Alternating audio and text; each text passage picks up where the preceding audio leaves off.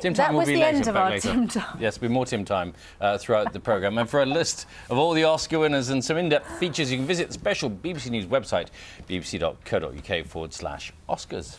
8 minutes to 7. The UK has been stripped of its top-notch AAA credit rating for the first time since 1978 on expectations of sluggish growth for the next few years. The downgrade made after the ratings agency Moody's said the UK's economic troubles had weakened its credit score. Steph can tell us more. Morning, Steph. Yeah, morning to you both. As with anything in business, there's good and bad news about this, but let me explain a bit about how it all works. Morning, everyone. Yes, a credit rating is basically an assessment of how likely a country is to be able to pay back the debts that they owe. So for over 30 years, the UK has had the highest credit rating, called AAA, but late on Friday night, one of the organisations which makes this judgment, Moody's, decided that we no longer deserve this top-notch status, and so they downgraded us to AA1. Now, it doesn't mean that we're suddenly in trouble, but it does mean that the confidence in the country has fallen, which can have a number of effects. Well, with me now to go through the impact is Yvonne Goodwin, an independent financial advisor. Good morning to you, Yvonne. Good morning, Steph. It can have immediate and longer term effects. But just tell us first of all what the immediate impact is when something like this happens. Well, when something like this happens, you've got to look at the wider picture and the fact that they also said we are now stable. When we were AAA, we were unstable. We're now stable, which is good news, because in terms of the whole world, it's not a disaster. The US lost their credit rating in 2011 and business continued as usual.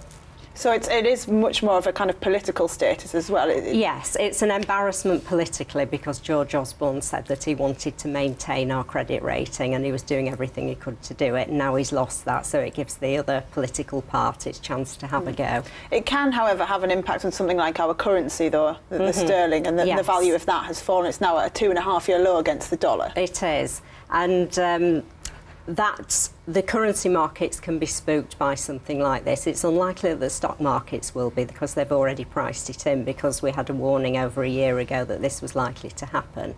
But if the currency markets get spooked and sterling comes down, because oil is priced in US dollars, then the price of petrol might go up.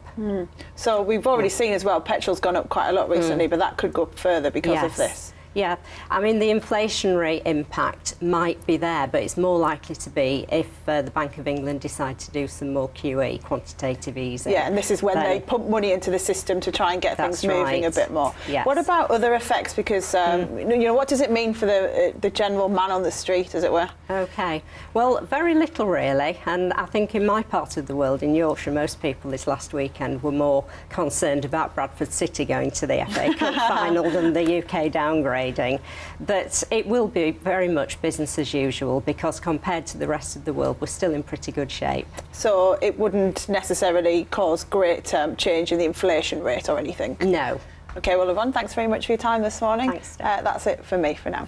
Steph, thanks very much. We'll see you a bit later on. Time now to get news, travel and weather where you are this morning. See you in a moment.